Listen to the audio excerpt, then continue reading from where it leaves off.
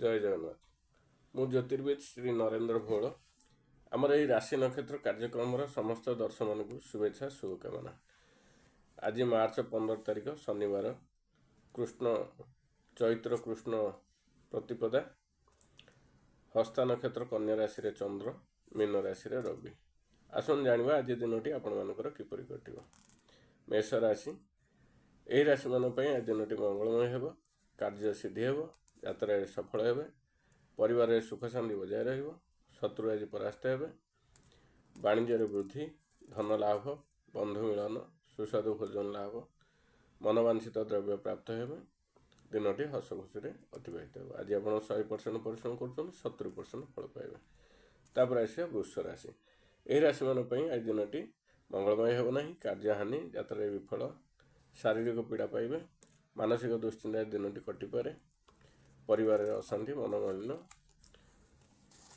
ଅପମାନିତ ହୋଇପାରନ୍ତି, ଦ୍ରବ୍ୟହାନି, ଶତ୍ରୁ ଆଜି ପ୍ରବଳ ହେବେ, ବୃଥା ବ୍ୟୟ। ଆଜି ଆପଣ 100% ପରିଶ୍ରମ କରୁଛନ୍ତି, 30% ଫଳ ପାଇବେ।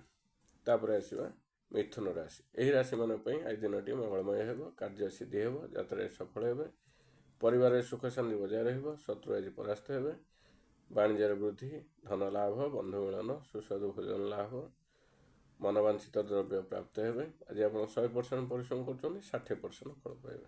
ତାପରେ ଆସିବା କର୍କଟ ରାଶି। ଏହି ରାଶିମାନଙ୍କ ପାଇଁ ଆଜି ଦିନଟି ଶୁଭଙ୍କର ହେବ, କାର୍ଯ୍ୟ ସିଦ୍ଧି ହେବ, ଯାତ୍ରାରେ ସଫଳ ହେବେ, ପରିବାର ସୁଖ ଶାନ୍ତି ବଜାୟ ରହିବ, ଶତ୍ରୁ ଆଜି ପରାସ୍ତ ହେବେ, ବାଣିଜ୍ୟରେ ବୃଦ୍ଧି, ଧନ ଲାଭ, ବନ୍ଧୁ ମିଳନ, ମନବାଞ୍ଛିତ ଦ୍ରବ୍ୟ ପ୍ରାପ୍ତ ହେବେ। ଦିନଟି ହସ ଖୁସିରେ ଅତିବାହିତ ହେବ।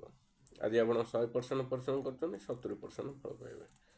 ତାପରେ ଆସିବା ସିଂହ ରାଶି। ଏହି ରାଶିମାନଙ୍କ ପାଇଁ ଆଜି ଦିନଟି ମଙ୍ଗଳମୟ ହେବ ନାହିଁ। କାର୍ଯ୍ୟହାନି, ଯାତ୍ରାରେ ବିଫଳ, ଶାରୀରିକ ପୀଡ଼ା ପାଇବେ, ମାନସିକ ଦୁଶ୍ଚିନ୍ତାରେ ଦିନଟି କଟିପାରେ, ପରିବାରରେ ଅଶାନ୍ତି, ମନୋମାଳିନ୍ୟ, ଧନହାନି, ଦ୍ରବ୍ୟନାଶ, ଅପମାନିତ ହୋଇପାରନ୍ତି। ଆଜି ଆପଣ 100% ପରିଶ୍ରମ କରୁଛନ୍ତି, 30% ଫଳ ପାଇବେ। ତାପରେ ଆସିବା କନ୍ୟା ରାଶି। ଏହି ରାଶିମାନଙ୍କ ପାଇଁ ଆଜି ଦିନଟି ଶୁଭ ଅଶୁଭ ଉଭୟ ମିଶ୍ରିତ ଫଳ ଲାଭ ହେବ, କାର୍ଯ୍ୟ ସିଦ୍ଧି ହେବ, ଯାତ୍ରାରେ ସଫଳ ହେବେ, ପରିବାରରେ ସୁଖ ଶାନ୍ତି ବଜାୟ ରହିବ, କାର୍ଯ୍ୟକ୍ଷେତ୍ରରେ କାର୍ଯ୍ୟ ଚାପ ବୃଦ୍ଧି ପାଇବ, ଶାରୀରିକ ପୀଡ଼ା ପାଇପାରନ୍ତି, ମାନସିକ ଦୁଶ୍ଚିନ୍ତାରେ ଦିନଟି କଟିପାରେ। ଆଜି ଆପଣ 100% ପରିଶ୍ରମ କରୁଛନ୍ତି, 50% ଫଳ ପାଇବେ। ତାପରେ ଆସିବା ତୁଳା ରାଶି। ଏହି ରାଶିମାନଙ୍କ ପାଇଁ ଆଜି ଦିନଟି ମଙ୍ଗଳମୟ ହେବ, କାର୍ଯ୍ୟ ସିଦ୍ଧି ହେବ, ଯାତ୍ରାରେ ସଫଳ ହେବେ, ପରିବାରରେ ସୁଖ ଶାନ୍ତି ବଜାୟ ରହିବ, ଶତ୍ରୁ ଆଜି ପରାସ୍ତ ହେବେ, ବାଣିଜ୍ୟରେ ବୃଦ୍ଧି, ଧନ ଲାଭ, କାର୍ଯ୍ୟକ୍ଷେତ୍ରରେ ପ୍ରଶଂସିତ ହେବେ। ଆଜି ଆପଣ 100% ପରିଶ୍ରମ କରୁଛନ୍ତି, 70% ଫଳ ପାଇବେ। ତାପରେ ଆସିବା ବିଛା ରାଶି। ଏହି ରାଶିମାନଙ୍କ ପାଇଁ ଆଜି ଦିନଟି ଶୁଭ ଅଶୁଭ ଉଭୟ ମିଶ୍ରିତ ଫଳ ଲାଭ ହେବ, କାର୍ଯ୍ୟ ସିଦ୍ଧି ହେବ, ଯାତ୍ରାରେ ସଫଳ ହେବେ, ପରିବାରରେ ସୁଖ ଶାନ୍ତି ବଜାୟ ରହିବ,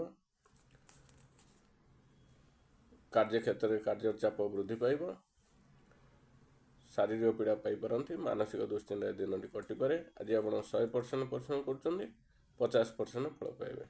ତାପରେ ଆସିବା ଧନୁ ରାଶି। ଏହି ରାଶିମାନଙ୍କ ପାଇଁ ଆଜି ଦିନଟି ମଙ୍ଗଳମୟ ହେବ, କାର୍ଯ୍ୟ ସିଦ୍ଧି ହେବ, ଯାତ୍ରାରେ ସଫଳ ହେବେ, ପରିବାରରେ ସୁଖ ଶାନ୍ତି ବଜାୟ ରହିବ, ଶତ୍ରୁ ଆଜି ପରାସ୍ତ ହେବେ, ବାଣିଜ୍ୟରେ ବୃଦ୍ଧି, ଧନ ଲାଭ, ବନ୍ଧୁ ମିଳନ, ସୁସ୍ୱାଦୁ ଭୋଜନ ଲାଭ, ମନବାଞ୍ଛିତ ଦ୍ରବ୍ୟ ପ୍ରାପ୍ତ ହେବେ। ଆଜି ଆପଣ 100% ପରିଶ୍ରମ କରୁଛନ୍ତି, 70% ଫଳ ପାଇବେ। ତାପରେ ଆସିବା ମକର ରାଶି।